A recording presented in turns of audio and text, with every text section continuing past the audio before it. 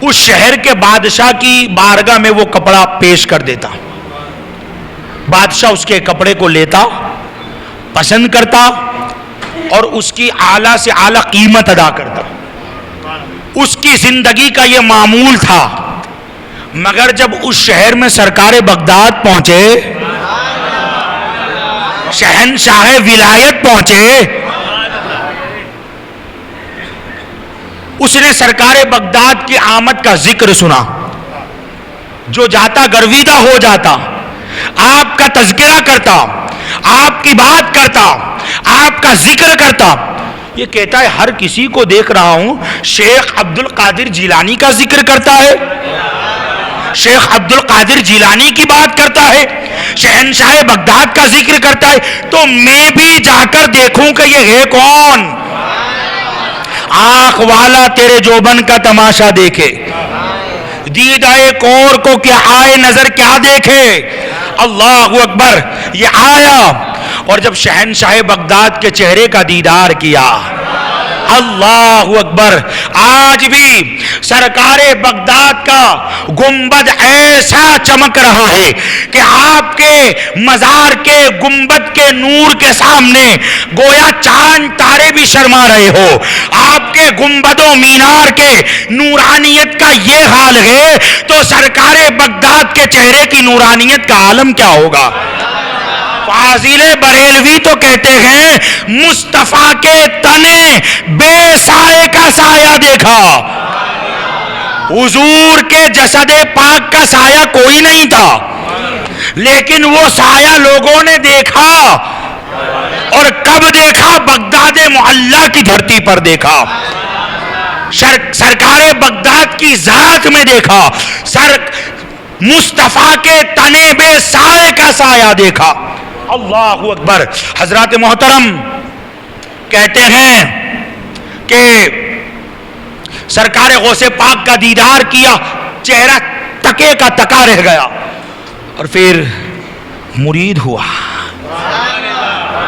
مرید ہوا، مرید ہو کر آیا اور اب کہتا ہے اب سے سال میں 2 کپڑے بنیں گے. پہلے ایک بنتا تھا، اب سال میں 2 کپڑے تیار ہوں گے. دن رات محنت کرتا، بڑی کاوشوں کے ساتھ کوششوں کے ساتھ کام کرتا اور 2 کپڑے تیار کرتا. دونوں کپڑے لے کر پہلے شہنشاہ بغداد کے پاس جاتا. ہمارے یہاں کیا ہوتا ہے پتہ ہے؟ اچھے والے کو چھانٹ لو، جو بچے گا پھر وہ دے دیں گے کسی کو بھی، چاہے پیر صاحب کو دینا ہو، چاہے امام صاحب کو دینا ہو، چاہے حضرت صاحب کو دینا ہو. یہ ہمارے نیچر کی بات ہے. اور جو سچے عاشق ہوتے ہیں نا، جو سچے عقیدت مند ہوتے ہیں، وہ ایسے ہوتے ہیں. سارے دونوں کپڑوں کو لے کر سرکار بغداد کی بارگاہ میں جاتا اور جانے کے بعد رکھ دیتا. کہتا حضور آپ کو کیا پسند ہے؟ محبت سے بولو نا، آپ کو کیا پسند ہے؟ شہنشاہ بغداد کو جو پسند ہوتا وہ کپڑا اٹھا لیتے. اب دوسرا کپڑا ہوتا وہ لے کر جاتا بادشاہ کے دربار میں، شہر کے گورنر کے دربار میں، بادشاہ کے پاس جاتا اور کپڑا پیش کر دیتا. یہی معمول تھا، برسوں سے یہ معاملہ چل رہا تھا.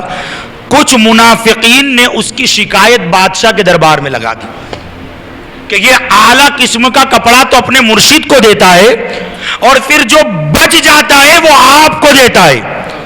اللہ اکبر. اب جب سنا تو بادشاہ بڑا غصے میں تھا. اس نے درزی کو بلایا، کپڑے بننے والے کو بلایا اور بلانے کے بعد کہا اب سے جو سال میں تم 2 کپڑا تیار کرو گے تو پہلے دونوں کپڑے ہمارے پاس لے کر آنا. ہمیں جو پسند ہوگا وہ ہم رکھیں گے اور بقیہ آپ کو دوبارہ واپس کر دیں گے، وہ اپنے مرشد کو دے دینا. بادشاہ کا جو ایٹیٹیوڈ تھا، جو گھمنڈ تھا، تکبر تھا، مرید کو پسند نہیں آیا. لیکن وہ مرید کسی گلی کے پیر کا مرید نہیں تھا، وہ سلطان الاولیاء کا مرید تھا، وہ شہنشاہ بغداد کا مرید تھا، اور دیکھو جو غوث اعظم سے وابستہ ہو کبھی چھیڑنا مت، کبھی چھیڑنے کی کوشش مت کرنا، ورنہ زندگی مشقتوں میں آ جائے گی، تکلیفوں سے گھر جائے گی، بیماریوں میں گرفتار ہو جاؤ گے۔ اللہ اکبر۔ مرید پریشان، اور پریشانی کے عالم میں آیا مرشد کی بارگاہ میں، اور مرشد بھی وہ جو غوث پاک فرماتے ہیں میرا مرید مشرق میں ہو میں مغرب میں ہوں، اور اگر وہ مجھے فریاد کر رہا ہے تو میں اپنے مرید کی مدد کے لیے پہنچ جاتا ہوں۔ اللہ اکبر۔ حضرات محترم، مرید پریشان، حضرت نے کہا کیا بات ہے؟ کہا بادشاہ نے مجھے بے قصور ڈرایا ہے، مجھ پر ظلم کیا ہے، اور مجھے یہ حکم دیا ہے۔ حضور غوث پاک مسکرائے، فرمایا بات کوئی اتنی دل پر لینے والی نہیں ہے، اور ہم تو فقیر ہیں، ہم تو فقیر ہیں، کسی کو پریشان کرنا یہ ہمارا کام نہیں، لیکن یہ جو فقیر ہوتے ہیں نا یہ دوست ہیں اللہ کے، یہ دوست ہے اللہ کے، ان کو جب کوئی چھیڑتا ہے نا تو اس رحمان کو پسند نہیں کہ میرے دوست کو کوئی چھیڑے۔ اللہ اکبر۔ سرکار غوث پاک نے نرم مزاجی سے جواب دیا، بات کو ادھر ادھر ہو گئے، لیکن وہ مرید تھا غوث پاک کا، اسے بات دل میں کانٹے کی طرح چوبتی تھی کہ سال پورا ہوگا، اور میری تو نیت یہ ہے کہ میں جتنا بہتر سے بہتر ہو مرشد کو پیش کروں، پیر کی بارگاہ میں پیش کروں، لیکن سال پورا ہوگا معاملہ بگڑے گا۔ سرکار غوث پاک پر بعض مرتبہ انوار الہی کا جو نور نازل ہوتا تھا تو آپ کی حالت بدل جایا کرتی تھی، بعض مرتبہ آپ جذب کی کیفیت میں ہوتے، بعض مرتبہ کیفیت کا حال یہ ہوتا کہ آپ جلال کے عالم میں ہوتے، مختلف کیفیت ہوتی آپ کی۔ ایک مرتبہ سرکار بغداد کی کیفیت عروج پر تھی، جلال، بالکل جلال کے عالم میں تھے۔ اس خادم نے کہا موقع غنیمت ہے، قریب آیا اور کہا حضور وہ سال پورا ہونے والا ہے اور اعلیٰ قسم کا کپڑا مجھے اسے دینا پڑے گا، اس کا کچھ کیجئے۔ اللہ اکبر۔ اب جلال کی کیفیت میں تھے، نور الہی اللہ کی تجلیوں کے آثار آپ پر ظاہر ہو رہے تھے۔ آپ ایک برتن میں پانی پیا کرتے تھے، اس برتن کو اٹھایا، ایک کٹورے کو اٹھایا اور فرمایا جاؤ اس کٹورے کو لے جا کر الٹ دو۔ خادم سے کیا کہا؟ اس کٹورے کو، اس برتن کو الٹ دو۔ اللہ اکبر۔ غوث پاک کا کپڑا بنانے والا درزی، اللہ اکبر، پاس بظاہر کوئی بہت بڑی سند نہیں ہے، ایک درزی ہے، ایک کپڑا بنانے والا ہے، فرمایا اس برتن کو الٹ دو۔ اس خادم نے کیا کیا؟ برتن کو الٹ دیا۔ جیسے ہی برتن کو الٹا، بادشاہ کا محل، لشکر، مجاہدین، پوری سلطنت،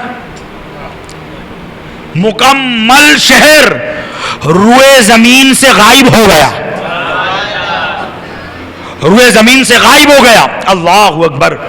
اب جیسے پورے شہر کو، بادشاہ کو، مجاہدین کو کسی نے قید میں ڈال دیا۔ ایک خادم نے برتن کو کیا الٹا کہ پورا شہر، پورا لشکر، سارے مجاہدین سب غائب ہو گئے۔ اللہ اکبر۔ جب سارا معاملہ جوں کا تو اس طریقے سے ہوا تو اس بادشاہ کی ماں اس سال حج پر گئی ہوئی تھی، حج کی سعادت عطا ہوئی۔ حج کر کے جب پلٹ کر آئی تو وہ اپنے بیٹے کی سلطنت دیکھتی ہے، شہر تلاش کرتی ہے، محل تلاش کرتی ہے، مگر پورا نہ شہر ملتا ہے، نہ کوئی محل ملتا ہے، نہ کوئی حکومت، نہ کوئی سپاہی، کوئی نہیں۔ بھاگ گئی، آخر میں جنگل کی طرف رخ کیا، جنگل میں گئی، ایک جھوپڑا نظر آیا، اللہ کے ایک ولی بیٹھے ہوئے تھے، گئی اور زار و قطار رونے لگی، خوب آنسو بہائے، ماں تھی نا،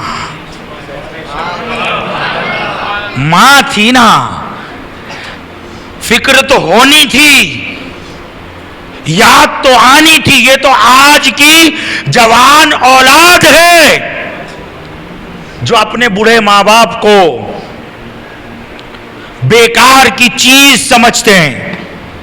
اپنے ماں باپ کی قدر کرو، یہ ماں باپ اللہ کی بہت بڑی نعمت ہے۔ ساری دنیا بد دعا کرے مگر بوڑھا باپ اور بوڑھی ماں اگر ہاتھ اٹھا رہی ہے نا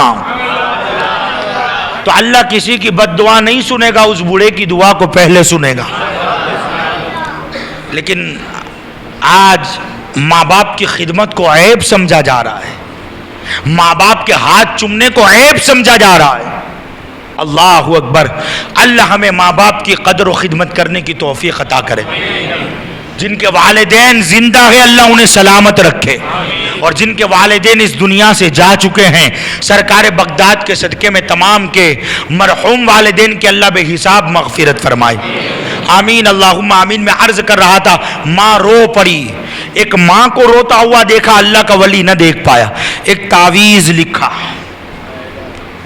اور کہا رات کو سوتے وقت یہ تعویذ تکیہ کے نیچے لگا دینا، تکیے کے نیچے رکھ دینا۔ رات کو جب تکیے کے نیچے تعویذ رکھا تو خواب میں پیغمبر اسلام کا دیدار ہوا، اللہ کے حبیب تشریف لائے، اور ماں نے اپنا سارا عقدہ بارگاہ رسالت میں پیش کیا کہ میرا بیٹا فلاں فلاں شہر کا بادشاہ تھا، اب میں تلاش کرتی ہوں تو نہ شہر ملتا ہے، نہ اس کے ہزاروں لشکر کے سپاہی ملتے ہیں، نہ اس کا محل ملتا ہے، نہ جانے زمین نگل گئی کہ آسمان کھا گیا، کیا معاملہ ہوا مجھے کچھ نہیں معلوم۔ حضور نے اللہ کی بارگاہ میں ہاتھ اٹھائے، عرض کرتے باری تعالی روئے زمین پر ایسا اختیار تو نے کس بندے کو دیا؟ مولا تو نے اپنے کس بندے کو ایسا اختیار دیا کہ جو چاہے تو پورے شہر کو اٹھا لے؟ تو حاطف غیب سے آواز آئی، اے محبوب تیرے نواسوں کی نسل میں پیدا ہونے والے قطب الاقطاب غوث الاغواث پیران پیر عبد القادر جیلانی کو یہ مرتبہ عطا کیا ہے۔ اللہ اکبر۔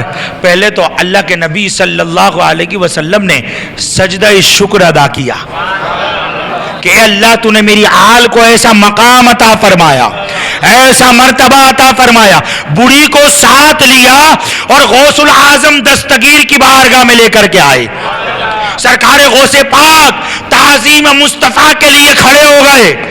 اللہ اکبر، حضور کا دیدار ہوا، دستبوسی ہوئی، سرکار کا استقبال ہوا، حضور تشریف رکھتے ہیں، شہنشاہ بغداد نگاہوں کو جھکائے ادب کے ساتھ بیٹھے ہیں، عرض کرتے ہیں آقا کیسے غلام کی بارگاہ میں آنا ہوا؟ حکم فرماتے میں خود آ جاتا، حکم ہوتا تو عبد القادر خود آپ کی بارگاہ میں حاضر ہو جاتا۔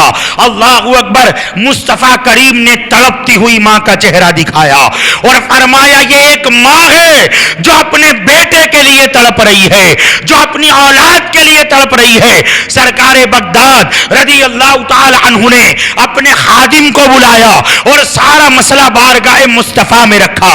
حضور نے خادم سے فرمایا تم بھی معاف کرو، عبد القادر آپ بھی معاف کرو، ہم بھی معاف کرتے ہیں، کیونکہ ایک ماں تڑپ رہی ہے۔ اللہ اکبر۔ دیکھو جب ایک ماں مچل جائے، جب ایک ماں تڑپ جائے تو تقدیر کیسے سنورتی ہے، تقدیر کیسے سنورتی ہے۔ اللہ اکبر۔ حضرات محترم سرکار بغداد نے بھی معاف فرمایا، آپ کے خادم نے بھی معاف فرمایا۔ اب خادم سے فرمایا جاؤ برتن کو پھر سیدھا کر دو۔ کنجوسی کر رہے ہو آپ، بلند آواز سے کہو نا. کہا برتن کو پھر سیدھا کر دو. خادم نے برتن کو سیدھا کیا, شہر اپنی جگہ واپس ہو گیا, محل اپنی جگہ واپس ہو گیا, بادشاہ اپنے تخت پر واپس آ گیا. اب جب آ رہا ہے نا تو مرید بننے کے لیے آ رہا ہے. تو یہ سرکار بغداد کے اختیار ہے.